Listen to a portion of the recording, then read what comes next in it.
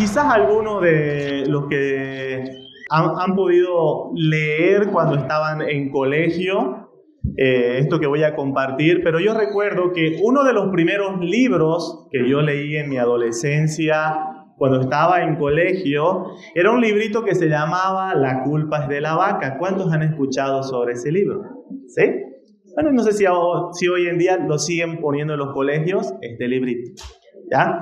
Pero me acuerdo que la primera historia que contaba ese librito, La culpa de las vacas, era esta, ¿sí? Y se las voy a contar, si nunca la he escuchado. Dice que se estaba promoviendo la exportación de cuero en un país hacia los Estados Unidos. Así que se hizo una investigación porque los precios del cuero estaban muy caros para exportar y también los cueros estaban dándolo de mala calidad. Así que el Estado decía, ¿cómo vamos a exportar algo de mala calidad y aparte muy caro? Así que se hizo una investigación para ver dónde estaba el problema de por qué el cuero estaba muy caro y por qué estaba llegando de muy mala calidad. Así que se fue y se entrevistó en primer lugar a los fabricantes, a las fábricas, y les preguntaron, señores, ¿por qué el cuero está muy caro y de mala calidad? Y los fabricantes dijeron, no es nuestra culpa. Lo que pasa es que del matadero nos envían los cueros dañados. Así que no es nuestra culpa. Bueno, en la investigación dijeron, entonces vamos a ir a preguntar a los mataderos. Y fueron a preguntar a los mataderos, señores, ¿por qué el cuero está llegando dañado y por qué está muy caro? Y en los mataderos dijeron, no es nuestra culpa. La culpa es de los ganaderos. Ellos no están alimentando bien a sus vacas, no están invirtiendo en veneno para poder cuidar de plagas y también no las cuidan. Así que vayan a hablar con los ganaderos. Fueron a entrevistar a los ganaderos, ¿no? Señores, ¿por qué el cuero está muy caro y por qué está llegando de mala calidad? Y los ganaderos dijeron, no es nuestra culpa. Lo que pasa es que estas vacas son muy tontas, porque uno las deja ahí comiendo y van y se lastiman sus cueros con los alambres. Así que en la investigación la conclusión fue, la culpa no es ni de los fabricantes, no es de los mataderos, no es de los ganaderos. La culpa es de las vacas. ¿Qué enseña esta historia? Esta historia muestra cómo el ser humano evita asumir su responsabilidad y es capaz hasta de culpar a una vaquita con tal de que él no sea el responsable. Voy a invitarles a que oremos para pedir la dirección del Señor en la lección de esta mañana. Oremos. Amado Señor, te damos muchas gracias en este tiempo. Y al abrir tu palabra en este tiempo, te ruego, amado Dios, que hables a nuestros corazones. Úsame, Señor, aunque soy un siervo imperfecto, Señor, delante de ti. Con mucho temor quiero exponer fielmente tu palabra. Y te ruego por mis hermanos que también les ayudes a luchar contra el cansancio y el sueño y podamos estar atentos a tu palabra en este tiempo. Háblanos. En el nombre del Señor Jesús oramos. Amén. Lucas capítulo 16. Vamos a nuestras Biblias a Lucas capítulo 16. Hemos estado viendo en todo el capítulo 16 cómo nuestro Señor Jesucristo ha estado dirigiéndose principalmente a sus discípulos, ¿sí? En este capítulo. Y ha estado hablándoles sobre una parábola que estuvimos viendo el pasado domingo, la parábola del mayordomo infiel. Pero ahora, al final del capítulo 16, que es lo que vamos a estudiar hoy, se menciona que mientras el Señor Jesús le estaba enseñando a sus discípulos, ahí también estaban los fariseos y ellos estaban escuchando. Así que vamos a leer el versículo 14. Lucas 16, verso 14 dice, y oían también todas estas cosas los fariseos, y fíjense la descripción que hace la palabra de Dios de los fariseos, que eran avaros y se burlaban de él. Es interesante porque el Señor estaba hablando en contra del amor a las riquezas. ¿Sí? Cuando vemos la parábola del mayordomo infiel, el Señor estaba hablando sobre eso. Y Lucas menciona que los fariseos, que eran avaros, justamente la enseñanza podría ser para ellos.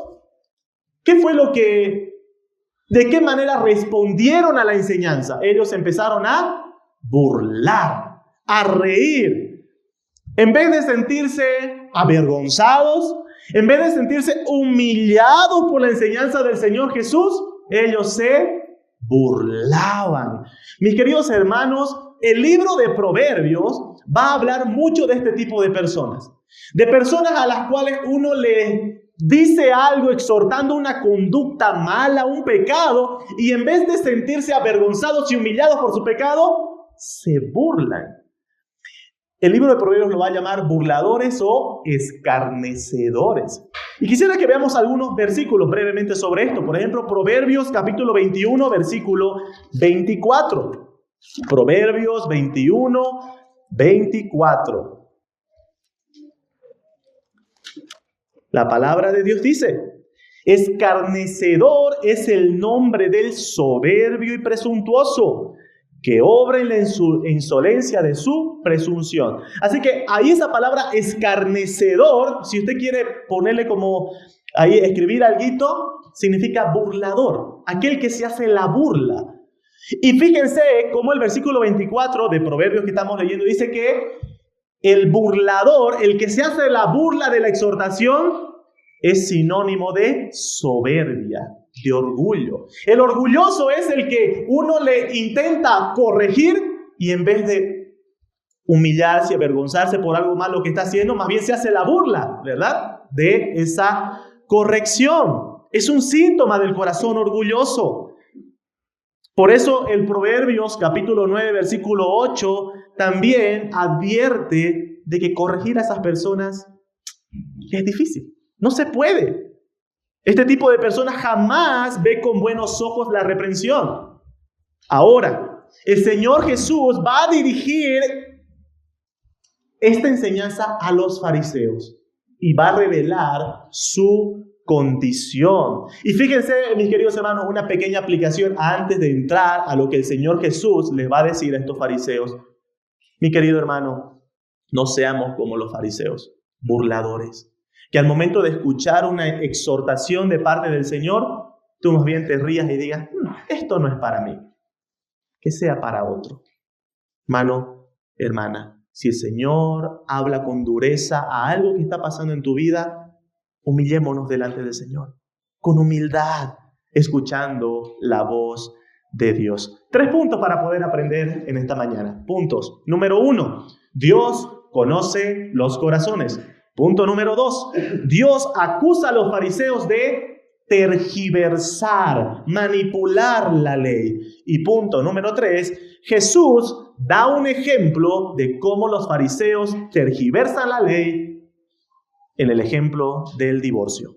Vamos a ver nuestro primer punto. Dios conoce los corazones. Versículo 15 de Lucas capítulo 16. Dice la palabra del Señor: entonces les dijo: vosotros sois los que os justificáis a vosotros mismos delante de los hombres, pero Dios conoce vuestros corazones, porque lo que los hombres tienen por sublime delante de Dios es abominación. Lo primero que vemos en este primer versículo, versículo 15, es que el Señor le va a acusar a los fariseos de que ellos se justificaban a sí mismos. Hemos estado viendo que la palabra justificación, por ejemplo, los días sábados que estamos en la escuelita bíblica, hemos dicho que justificación tiene que ver con ser declarado justo, inocente. Lo que el Señor Jesús le está diciendo a los fariseos cuando les dice: ustedes se justifican a ustedes mismos, les está diciendo: ustedes, desde su propia percepción, dicen ser inocentes, justos. Así que cuando nosotros vemos esto, el Señor le está diciendo: ustedes se presentan ante los demás diciendo: yo soy justo. Y esto es como si en un juicio el acusado dice ser inocente, aun cuando hay pruebas en su contra de que demuestran lo contrario. Que demuestran lo contrario. Pero además, esto se refiere a cómo los fariseos les encantaba aparentar que eran buenas personas, que eran justos, piadosos, religiosos. A los fariseos les encantaba eso. Mateo 23, 27, el Señor Jesús le va a decir de forma dura, le va a decir, ustedes son sepulcros blanqueados, que adentro hay un muerto, pero por afuera se ve todo lindo, bien limpiecito, con mucho adorno. Por afuera se muestran hermosos. Aplicación, mis queridos hermanos, sobre esto. Es fácil aparentar espiritualidad. Es muy fácil. Es fácil engañar a las personas con una supuesta justicia y santidad. Es muy fácil venir a la iglesia y hablar en lenguaje cristiano. ¿No se ha dado cuenta alguna vez que venimos a la iglesia y es como que nuestro habla cambia? Y empezamos a hablar en lenguaje cristiano, ¿no? Afuera nunca hablamos así, pero venimos a la iglesia y decimos, el Señor te bendiga, que el Señor le bendiga, mi querido hermano. Lenguaje cristiano. Es fácil hablar así aquí en la iglesia, ¿verdad? Es fácil aparentar espiritualidad. Quiero contarles una historia, y esta historia es verdadera. Había un pastor llamado Mario Gardner. Si quieren pueden buscarlo en internet, porque este pastor hizo un documental, ¿sí? Hizo un documental. Y es famoso porque este pastor era uno de esos famosos niños predicadores, ¿sí? Desde niño lo hicieron predicar. Es como si yo a mi hijo Tiago agarro y le hago memorizar unas cosas y lo pongo a predicar aquí en el púlpito, ¿no? Bueno, este muchacho, desde niño lo hicieron predicar y fue creciendo y ya era el pastor de la iglesia y predicaba. Era el pastor de una de esas iglesias de la prosperidad.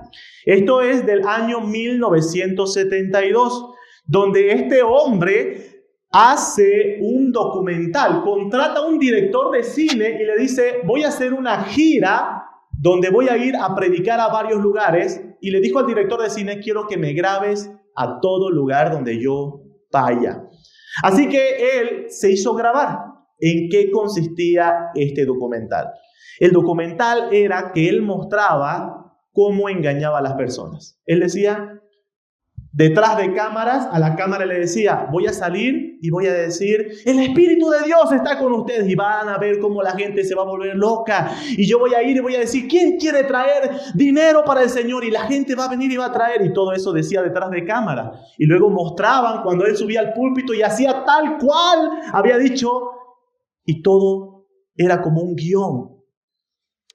El documental es tan triste, mis queridos hermanos, que muestra cómo al final de cada servicio se lo ve a él en su cuarto, con el montón de dinero en su cama, fumando y riéndose y contando el dinero que había recolectado. Y él iba de iglesia en iglesia haciendo eso. El documental, pueden buscarlo en internet si gustan. ¿Qué muestra esto, mis queridos hermanos? Que es fácil engañar a las personas. Es muy fácil aparentar. Este hombre se subía al púlpito y parecía un predicador, alguien que hablaba de Dios y hablaba del poder de Dios, del Espíritu Santo, y hablaba de muchas cosas. Pero ¿qué pasaba en su cuarto? Se hacía la burla contando el dinero.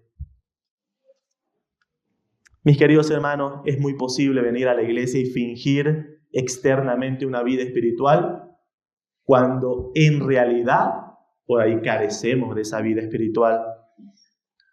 Al igual que este famoso pastor, falso pastor, cuidado que estemos actuando solamente aquí.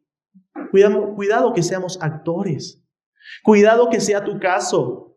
Cuidado que la forma en la que hablas aquí no sea la misma forma en la que hablas afuera. Cuidado la forma en la que te comportas aquí no sea la misma en la que te comportas en casa o en tu trabajo. ¿Cómo eres? ¿Hay una vida espiritual genuina? Mis queridos hermanos, cuando nosotros venimos e intentamos engañar a los hombres, es muy fácil caer en el pensamiento de que lo estoy logrando. Estoy logrando que todos piensen que soy espiritual. En el libro de los Hechos encontramos una historia que habla sobre este pecado, el pecado de aparentar algo que en realidad no es. En Hechos capítulo 5 se narra sobre el caso de Ananías y Zafira. Era un matrimonio. Y el caso de Ananías y Zafira fue que en ese tiempo las personas iban y vendían sus propiedades y traían el dinero y ponían voluntariamente a los pies de los apóstoles para que ellos puedan distribuir a los hermanos necesitados de la iglesia. El problema es que Ananías y Zafira vendieron un terreno que tenían y lo vendieron, vamos a poner un precio ficticio, ¿sí? A 200 bolivianos, ¿ya? Lo vendieron a 200. Y vinieron donde los apóstoles y le dieron 100. Y dijeron, hemos vendido todo el terreno a 100 y estamos dando todo. Ahora, ¿qué es lo que dijo el apóstol Pedro cuando vinieron ellos? Le dijeron, el dinero era de ustedes. Cuando ustedes lo vendieron no estaban en la obligación de darlo. ¿Cuál fue el pecado de Ananías y Zafira? Fue querer aparentar algo. Fue el pecado de intentar engañar y mentir diciendo estamos dando todo, cuando en realidad no era todo. Y fíjense lo que dice el apóstol Pedro a este matrimonio, o a Ananías, versículo 3 al 4 de Hechos capítulo 5. Y dijo Pedro, Ananías, ¿por qué llenó Satanás tu corazón para que mintieses al Espíritu Santo y sustrajeses del precio de la heredad, reteniéndola? ¿No se te quedaba a ti? Y vendida no estaba en tu poder. ¿Por qué pusiste en tu corazón? No has mentido a los hombres, sino a Dios. Mis queridos hermanos, cuando nosotros venimos y queremos aparentar algo que no somos, no estamos queriendo engañar a los hombres. Estamos queriendo engañar a Dios. Y recuerden, la palabra de Dios dice, Dios no puede ser burlado. Dios no puede ser burlado. Volvemos a nuestro pasaje. Lucas capítulo 16. Estos fariseos que se presentaban y se justificaban a sí mismos, intentando mostrar algo que no eran. Pero el Señor les dice una cosa que debemos tener en cuenta. Dios conoce vuestros corazones. Versículo 15. Entonces les dijo, vosotros sois los que os justificáis a vosotros mismos delante de los hombres, pero Dios conoce vuestros corazones. Dios conoce tu corazón, mi querido hermano, hermana. El Salmo 139, versículos 1 al 6, muestra cómo Dios conoce lo más profundo de tus pensamientos, de tu corazón. Dios conoce las intenciones de tu corazón. Y debemos entender que Dios conoce nuestro corazón incluso más que nosotros mismos. Fíjense lo que dice el Salmo 139, versículos 23 y 24. Salmo 139, versos 23 al 24. El salmista le dice a Dios, examíname, oh Dios, y conoce mi corazón. Pruébame y conoce mis pensamientos y ve si hay en mí camino de perversidad y guíame en el camino eterno. El salmista le está pidiendo a Dios, Dios, muéstrame si hay un pecado en mi corazón que incluso yo mismo desconozco. Mis queridos hermanos, es posible que hayan pecados que estén bien profundizados en nuestro corazón que ni nosotros mismos nos damos cuenta que están ahí. Es por eso que podemos clamar en oración a Dios y decirle, oh Dios, muéstrame ese pecado. Muéstrame, revela lo más profundo de mi corazón. Dios te conoce más de lo que tú mismo te conoces. ¿Cómo te hace sentir eso? ¿Cómo te hace sentir saber de que Dios ahorita mismo sabe lo que estás pensando? En el momento que estás aquí con toda apariencia de piedad, escuchando la palabra de Dios. ¿Sabes si estás verdaderamente escuchando la palabra de Dios o estás pensando en otra cosa? Dios conoce tu corazón. Dios conoce lo más profundo de ti. Y fíjense cómo el Señor Jesús le dice a los fariseos, le dice, y el hecho de que Dios conozca lo más profundo de tu corazón hace que Dios no sea engañado. Porque aquello que para los hombres es sublime, para Dios es abominación. ¿Qué significa eso? El profeta Isaías va a decir que nuestras mejores obras delante de Dios, para Dios son como trapo de inmundicia. ¿Por qué? Porque Dios conoce nuestro corazón. Puede que tú hagas externamente la mejor obra posible, pero si no es hecha con el propósito correcto de Dios para su gloria, si no es hecha con el corazón regenerado por el Espíritu Santo, entonces esa obra es despreciable para el Señor. Dios conoce los corazones. El hecho de que Dios conoce los corazones, nadie puede justificarse a sí mismo. Nadie. Porque Dios conoce los corazones. Pasamos a nuestro segundo punto. ¿Sí? Jesús acusa a los fariseos de tergiversar, manipular la ley. Vamos a Lucas capítulo 16 y vamos a leer los versículos 16 y 17. Lucas 16, versos 16 y 17 dice: la ley y los profetas eran hasta Juan. Desde entonces el reino de Dios es anunciado y todos se esfuerzan por entrar en él. Pero más fácil es que pasen el cielo y la tierra que se frustre una tilde de la ley. Los fariseos creían que podían entrar al reino de Dios porque según ellos cumplían la ley de Dios. Y como hemos visto en nuestra confesión de fe cuando leíamos sobre el pacto de obras, la exigencia de Dios con respecto a la ley en el pacto de obras es obediencia perfecta. Si alguien quisiera justificarse por medio de la ley, debería obedecer perfectamente la ley, no quebrantar ningún mandamiento nunca. Algo que es imposible, ¿verdad? Pero los fariseos ellos creían que podían entrar al reino de Dios porque ellos cumplían la ley. El versículo 17 que acabamos de leer muestra que el Señor Jesús les dice que ellos estaban quebrantando la ley y que debían tomar en cuenta que no iba a poder pasar la ley ni una tilde. Ni una tilde. La ley de Dios debe ser cumplida en su totalidad. ¿Y qué es lo que el Señor Jesús le está acusando? Le está diciendo, ustedes piensan que cumplen la ley, pero lo único que hacen es manipularla a su conveniencia. Los fariseos buscaban excusarse con la ley. Por ejemplo, quiero que me acompañen a Lucas capítulo 10, versos 25 al 29. Lucas capítulo 10, versos 25 al 29. Tenemos aquí el caso del buen samaritano. Dice, y aquí un intérprete de la ley se levantó y dijo para probarle, maestro, ¿haciendo qué cosa heredaré la vida eterna? Él le dijo, ¿qué está escrito en la ley? ¿Cómo lees? Aquel respondiendo dijo, amarás al Señor tu Dios con todo tu corazón y con toda tu alma y con todas tus fuerzas y con toda tu mente y a tu prójimo como a ti mismo. Y le dijo, bien has respondido, haz esto y vivirás. Y fíjense el versículo 29.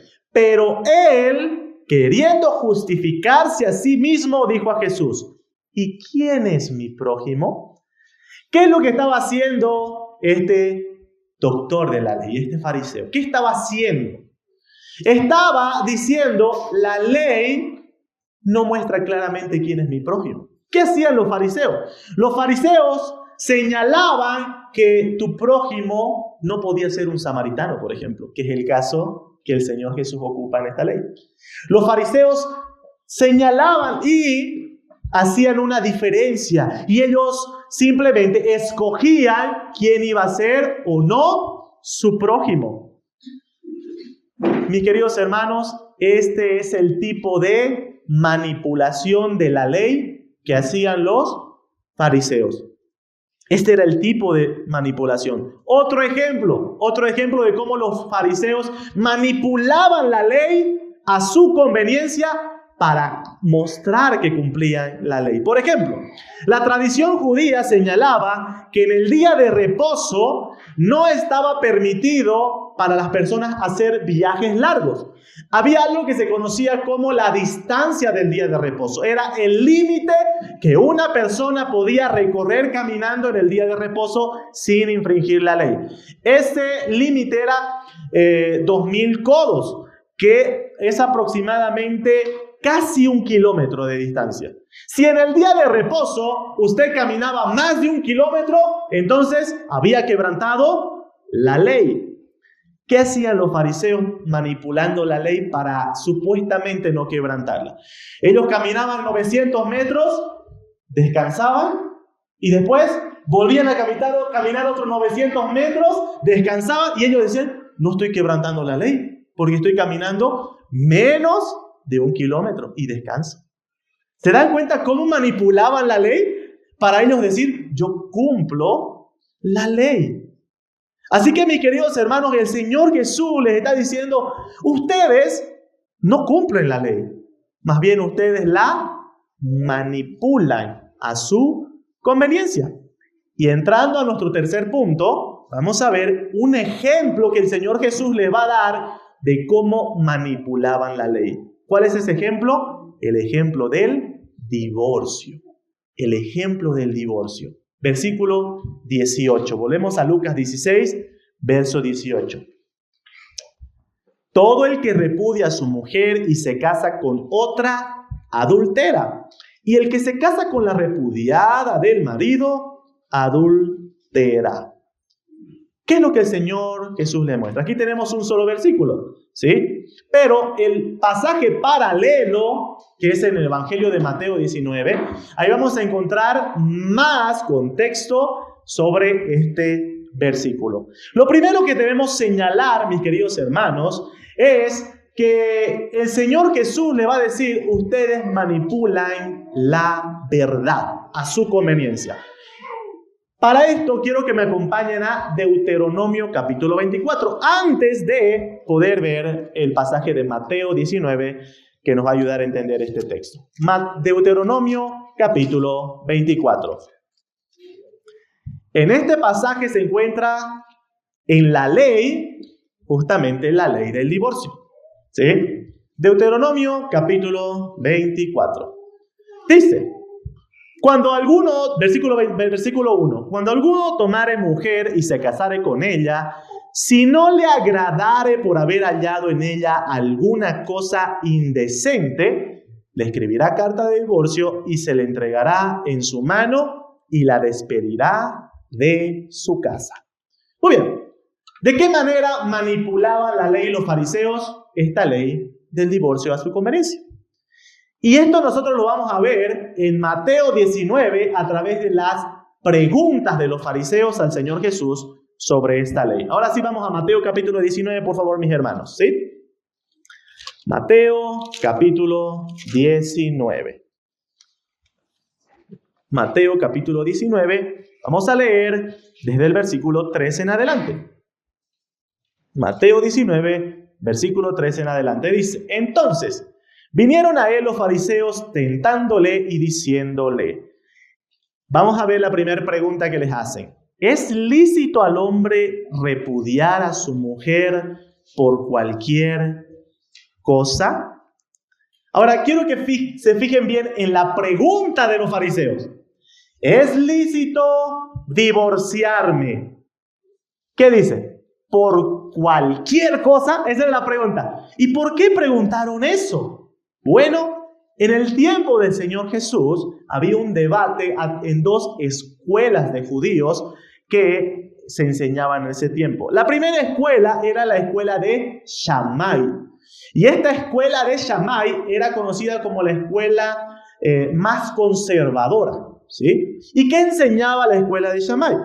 Ellos decían, por ejemplo, que Deuteronomio 24:1, cuando dice de alguna cosa indecente como una posibilidad para el divorcio, la escuela de Shammai decía que esa cosa indecente se refería exclusivamente al adulterio.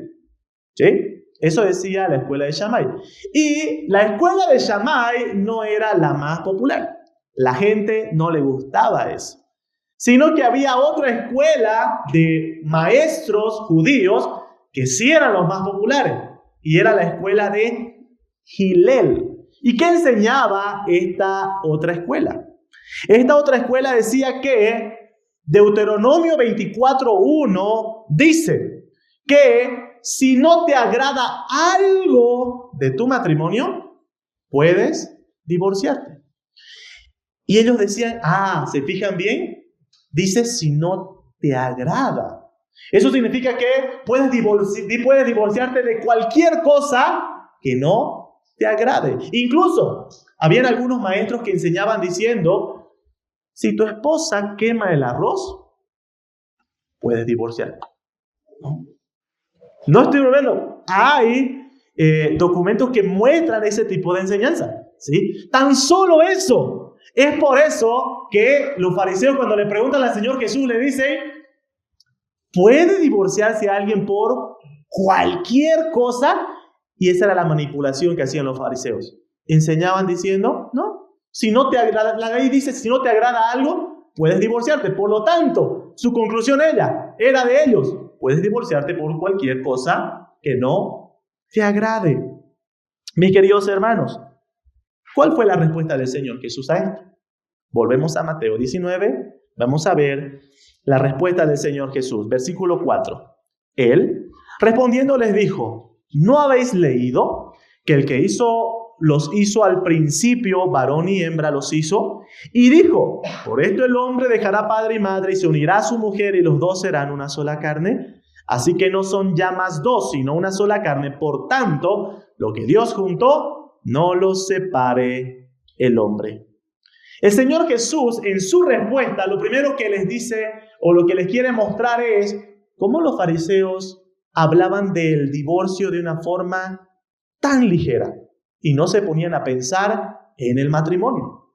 ¿Sí? Así que el Señor Jesús, en su respuesta, le va a decir, antes de estar hablando del divorcio como si fuera de cambiarse de zapatos así de fácil, piensen en el diseño del matrimonio.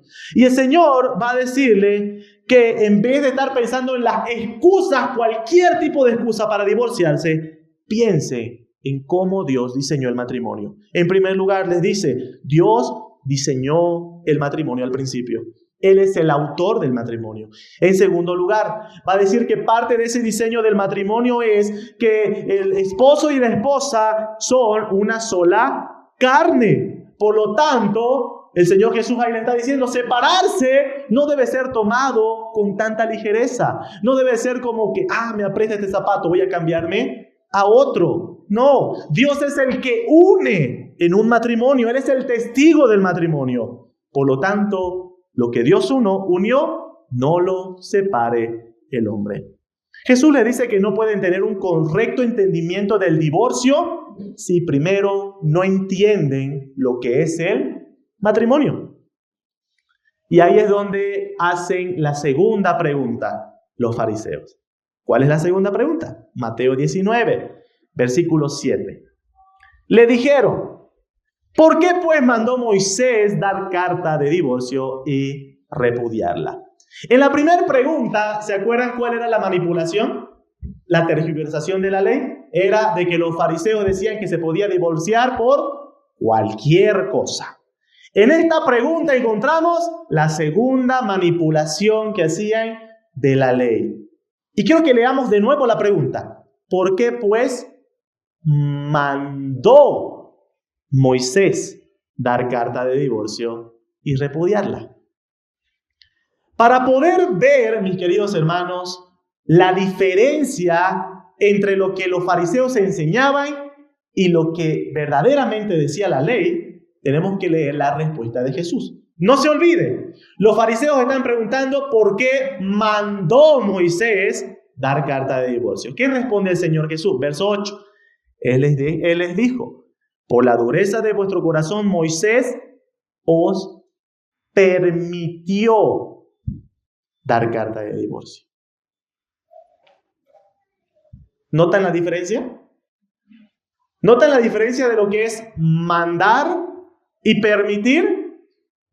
Los fariseos estaban diciendo, divorciarse es una orden de Dios. Los fariseos tergiversaban la ley de tal punto que decían que Dios estaba mandando divorciarse. Habían algunos rabinos en aquel tiempo que enseñaban que si tenías un matrimonio con problemas, era un deber religioso divorciarse y era una orden de Dios. Por lo tanto, un fariseo que se divorciaba por cualquier cosa, él decía, Dios me mandó que me divorcie. Y uno puede decir, ¿qué? Pero era lo que creían. Era lo que creían los fariseos. ¿Qué es lo que vemos en esto? En primer lugar, vemos la naturaleza pecaminosa del ser humano en su máxima expresión. ¿Por qué, mis queridos hermanos? Porque estos fariseos, en vez de reconocer su propia culpa, son capaces de culpar hasta a Dios de su divorcio. ¿Se dan cuenta? Porque el hecho de decir, Dios me mandó que me divorcie, están diciendo, si me divorcio es responsabilidad de Dios. ¿A qué les hace acuerdo esto, mis hermanos? ¿No nos hace acuerdo al caso de Adán y Eva? ¿Qué pasó cuando pecaron Adán y Eva y Dios va y les confronta y le dice a Eva, le dice a Adán, ¿qué has hecho?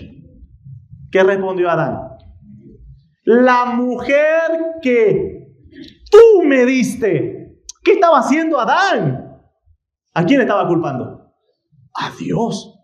Adán le estaba diciendo, por si acaso yo no te pedí esa mujer, tú me la diste y esa mujer me hizo pecar. ¿Y qué pasó después con Eva? Dios va donde Eva y le dice, Eva, ¿qué es lo que has hecho? ¿Eva asumió su culpa? No, ¿qué dijo? La serpiente Mis queridos hermanos, esa es la naturaleza pecaminosa en su máxima expresión. Cuando no reconocemos nuestro propio pecado, nuestra culpa, y echamos la culpa a la vaca. Mis queridos hermanos, no debemos confundir las cosas. La aclaración de Jesús es importante. Cuando dice no. Dios no mandó divorciarse. El divorcio no viene de Dios. ¿Cuál es la aclaración de Jesús de por qué hay divorcio entonces? Versículo 8. Por la dureza de vuestro corazón. Mis queridos hermanos, el diseño de Dios era el diseño para que el matrimonio sea hasta que la muerte los separe. Era para que el matrimonio pueda ser para toda la vida. Y tristemente debemos saber de que si hay divorcios hoy en día, no es porque Dios lo manda. No es porque Dios se agrada en ello, sino que, según esto, ¿quiénes son los responsables? Es la dureza de nuestro corazón. Mis queridos hermanos, jamás responsabilices a Dios de tu pecado. Nunca. Mateo capítulo 15, versículos 17 a 19, el Señor Jesús les va a decir a los fariseos que creían que debían lavarse las manos porque se iban a contaminar. Y fíjense lo que el Señor Jesús les dice, Mateo 15, 17 a 19. ¿No entendéis que todo lo que entra en la boca va al vientre y es echado en la letrina? Pero lo que sale de la boca del corazón sale, y esto contamina al hombre. Verso 19. Porque del corazón salen los malos pensamientos, los homicidios, los adulterios, las fornicaciones, los hurtos, los falsos testimonios, la blasfemia. Mi querido hermano, tu pecado, no le eches la culpa a otro. No le eches la culpa a tu vecino, a tu vecina. No le eches la culpa a nada de tu alrededor. Cuando nosotros pecamos, ¿quién es el responsable? Yo. Yo soy el responsable. Yo soy el culpable.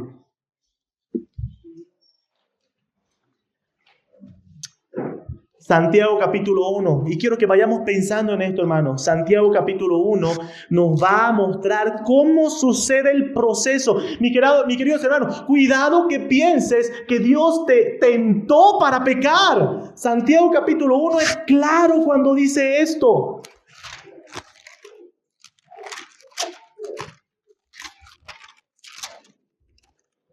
Dice, versículo 12 en adelante: bienaventurado el varón que soporta la tentación, porque cuando haya resistido la prueba recibirá la corona de la vida que Dios ha prometido a los que le aman.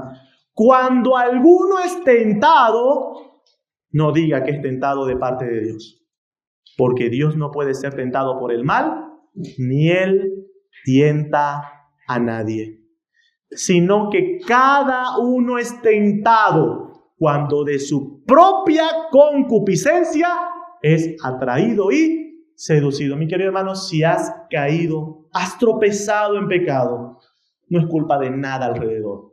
¿De dónde surgió eso?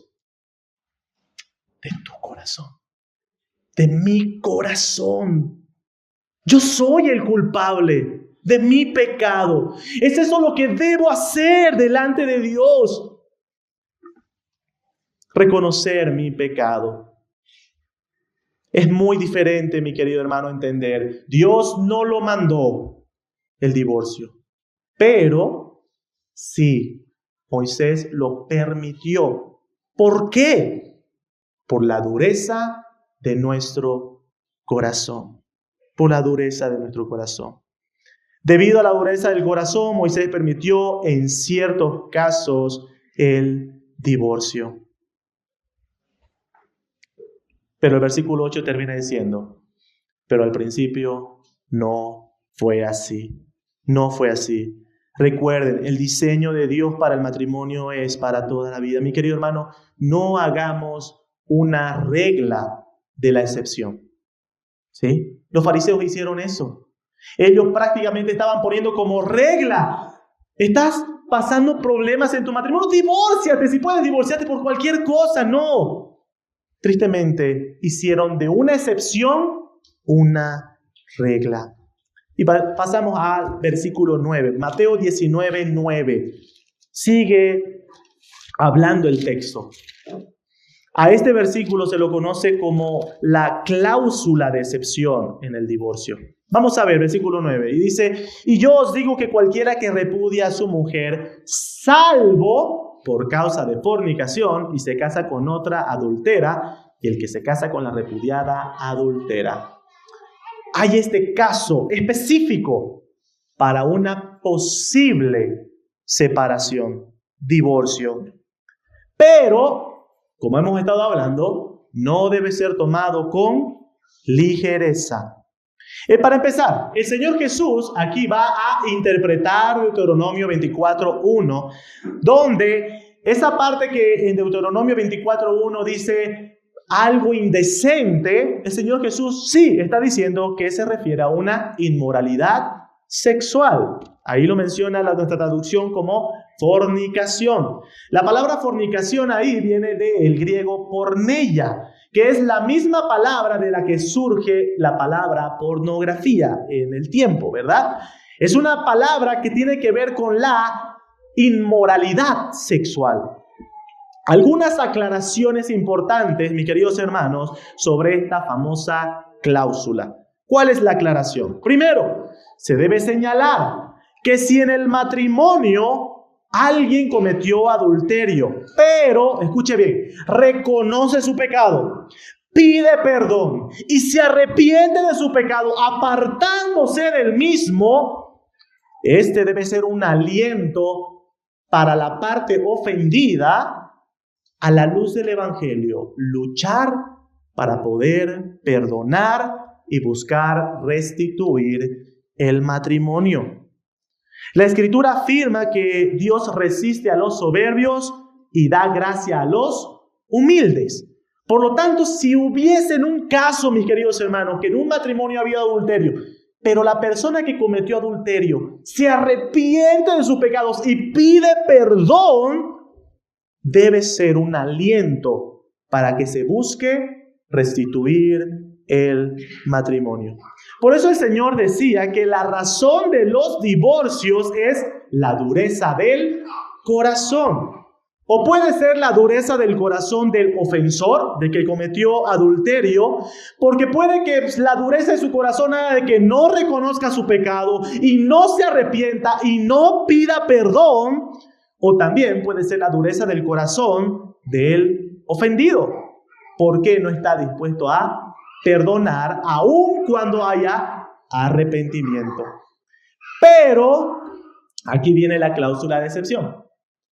¿Qué pasa, mis queridos hermanos, en el caso de que hubo adulterio y quien cometió el adulterio no reconoce su pecado, no pide perdón, no se arrepiente de su pecado, ni se aparta de su pecado?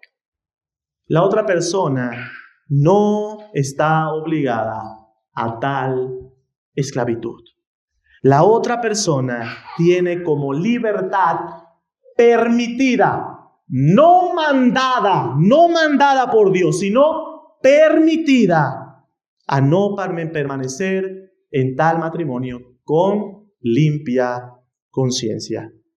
¿Por qué? Porque la otra persona no se arrepintió. ¿Se dan cuenta? No hubo reconocimiento de pecado. ¿Cómo la otra persona va a estar sufriendo a causa de eso? El Señor misericordiosamente comprende esa situación. ¿Entienden? Así que, mis queridos hermanos, el divorcio no debe ser tomado con ligereza.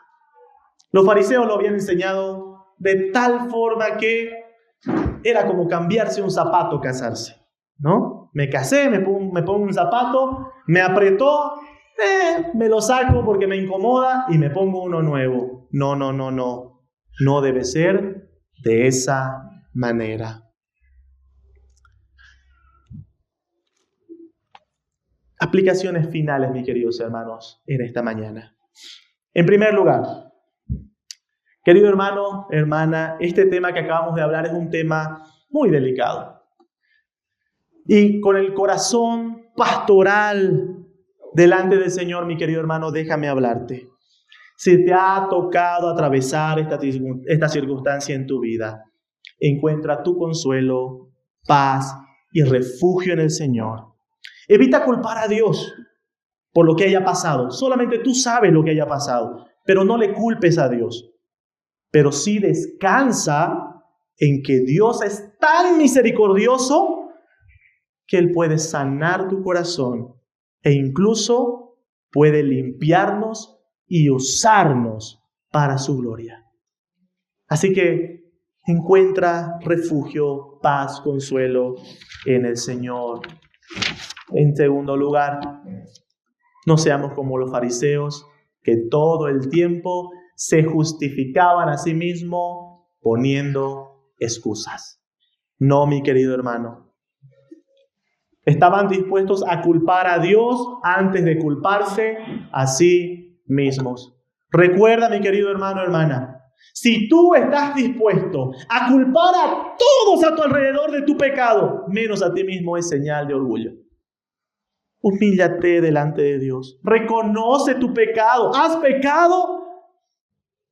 Aflígete delante del Señor. No busques a otros culpables. Reconoce tu culpa y tu pecado. Arrepiente de tu pecado. ¿Y sabes qué, mi querido hermano, hermana? ¡Hay perdón! Eso es lo hermoso en el Señor. Tan misericordioso. Hay perdón para el corazón contrito y humillado. Y Dios no te desprecia jamás. Quiero terminar leyendo un versículo, hermano, que es muy conocido, pero que quiero que meditemos en esto. Primera Juan 1:9. Primera Juan 1:9.